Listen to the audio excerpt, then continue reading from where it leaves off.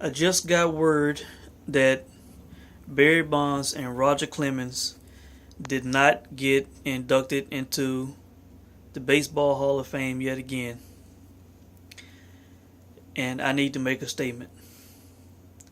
Let me be clear, I am not a baseball guy. I liked it more when I was a kid growing up in the 90s. I peeped some World Series and playoff games at that time. Uh, I enjoyed playing baseball video games. But in my current age, and since I've been grown for longs of time, I am not one to sit and watch long 3 hour plus baseball games, man. The game is too slow.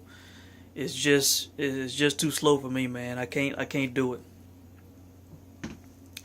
But I grew up in a time, in the era of a Barry Bonds and a Roger Clemens when I watched these guys highlights every day on SportsCenter as a kid. Knew all about these guys, and their accomplishments. And I gotta tell you, man, even though I'm not a baseball guy today, I know for a fact that these guys were some of the best ever at their positions. I know Roger Clemens is one of the best pitchers of all time. He should be in the Hall of Fame for sure. And Barry Bonds, in my opinion, without a doubt, is the best baseball player to ever live. No doubt about it. There's no doubt about it. John Crook agrees with me, and he was one of his peers. Barry Bonds could do it all. He could field, he could hit, he could steal base. This man, even at the end of his career, was the most feared hitter in the game. He could knock it out the park with ease. I mean, they were scared to pitch to this guy, walking this guy all the time. If I'm remembering correctly, the only member of the 500 club, and I believe that's 500 home runs and 500 stolen bases. This man is the best to ever do it. Better than Babe Ruth, better than Hank Aaron, better than whoever you want to name. Barry Bonds is the best. The Hall of Fame ain't shit without Barry Bonds in it. That's how I feel about it.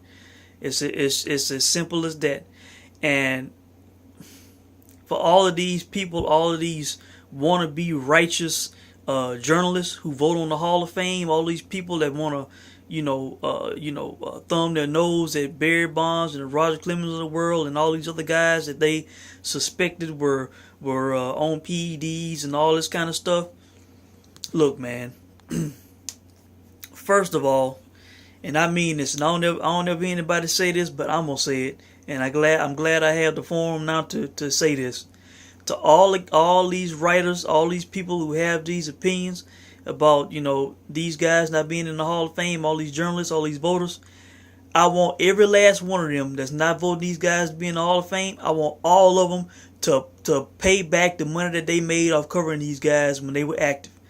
I'm serious. I want them to pay back every dime that they made covering Barry Bonds, Roger Clemens, and every other guy that they assume was on PEDs. Because I'm telling you, if you want to be all, on this high moral horse and all righteous all of a sudden, then guess what?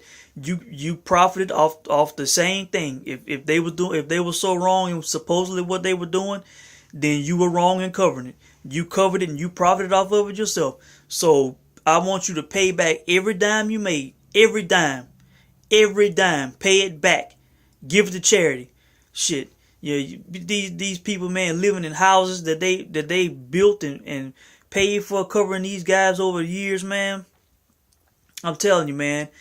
They profited and made money off these guys. And all of a sudden, from going from the buddy, good time, laughing their face era and supporting these guys. And all of a sudden they want to run them down and they want to be on a high horse when hell they profited off of it themselves. So I want everybody, all the journalists, anybody who not voting these guys in, I want them to pay back every dime they made over the years covering these guys. It's only fair. Hell, if you think that they shouldn't be in because of what they supposedly did and all this kind of stuff, then pay every dime that you made off of covering these guys. Pay it back. Pay it back.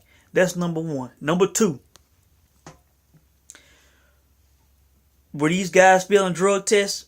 when they were active, when they were playing? I don't think so, because if they were, they wouldn't have been able to play. They would not have been active to play to accomplish what they did. You know, it's easy for these people to say, oh, you know, that was the steroid era and all this kind of stuff, and then when they assume or think that it's evidence to point that these guys did certain things, all of a sudden, you know, they want to label them and not vote them in. Well, shit, they was passing the test. You know, they were able to play. MLB did not establish rules to keep these guys out. If they were doing something, MLB did nothing about it. They didn't have any the testing in place or whatever was necessary to keep these guys out. So now let's not all of a sudden make rules and say, yeah, he was a cheat during his career. But, well, he wasn't failing tests. He was not failing tests. You know, it's not right, man. It's not right. I feel the same way about the damn Mark McGwire, Sammy Sosa, backlash, current and future, and backlash after what was it, the 98 season when they hit all them home runs. Look, I was a kid watching that stuff, man. At the time, I guess I was I was 15, 16 years old when all that was going on. Man, look, for anybody out there who wasn't alive or who was not experiencing, baseball during that time, look, these guys were getting, all the major coverage. I mean, it was like a storybook. All the journalists was into it. ESPN covered it. Nobody. I think that at one time they said something about Mark McGwire and his creatine. Somebody asked him about some creatine or something, but that was it. It was no, like, they were not, trying to blood test these guys, witch hunting these guys. Everybody was in love with the race to break Roger Maris's home run record. Everybody fell into it. It was must-see TV. The media covered it, and they profited off of I know they profited off of that shit. They made a lot of money covering that stuff, man.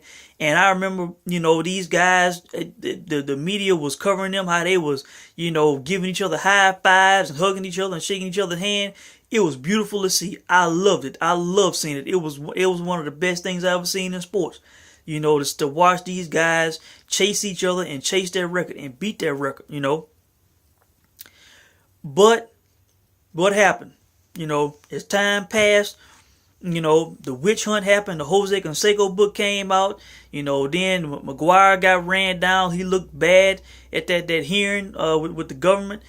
Sammy Sosa, his suspicions, and so-called, I don't know, I guess failures, whatever he had, And now people want to look back at that time and run them guys down and talk bad about them, when at the time, they profited and they made all kind of money off of it, covered it. I remember as a kid getting, I think it was a Sporting News magazine, had Sammy Sosa and Mark McGwire on the cover as Sportsmen of the Year. I mean, these guys were celebrated, put on a pedestal, and then just a few years later, they ran these guys down, wanted to bury them. For these, for so-called drug failures and stuff, man, and for not being on the up and up and just saying, aha, we knew it wasn't possible. You guys hitting all these home runs. Same thing with Barry Bonds. Barry Bonds was hitting all the home runs. I was in college. I remember seeing, 73 on a magazine, just in big numbers and a big picture of him swinging the bat. It was celebrated during the time, but now, years later, they want to run these guys down and label them as cheats and all this kind of stuff.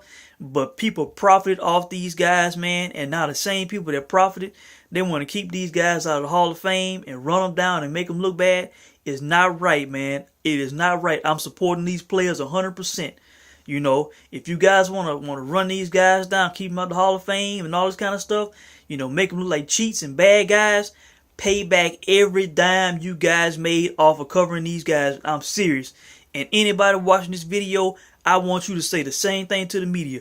Say the exact same thing, man. You guys, you want to be on your high horse in 2017 and some of these previous years, but they have covered these guys and made a living, have taken care of their families, built houses, you name it, became famous covering these guys, and now they want to be on a high horse and run these guys down, and it's not right. Barry Bonds, put him in the damn Hall of Fame, the best damn player to ever live. Until he's in the Hall of Fame don't exist. It is worthless. It is a piece of shit. That's right. I said it. The Hall of Fame is a piece of shit. Every player that's in it right now, you don't matter. You're irrelevant. Barry Bonds should be in the Hall of Fame. Should have been a first ballot Hall of Famer. Should be celebrated. You know, Roger Clemens should be in the Hall of Fame. You know, all these guys, man. You know, is like I said, these people covered these guys, made money off these guys, and like I said, if the testing wasn't in place at the time, if MLB was not doing what supposedly should have been done, or what y'all want to claim was being, you know, what should have been done, they can't be kept out, man, because they passed the test at the time. They played by whatever rules was in place at the time, and hell, they played the games. You know, we can't all of a sudden, you know, try to institute rules and regulations and stuff that didn't exist at that time. You know, so I'm in support of the players, man, and I just had to make a statement on this, man. I have felt this way for a long time, and when I saw that Bonds and Clemens did not get inducted once again, I had to make this statement, man. That I'm doing videos, and I would love to hear you guys' comments on it. You can share this, and you know, support the players, man. Support the players, because the media, these so-called Hall of Fame voters, are being hypocrites. Absolute hypocrites. Thanks for watching.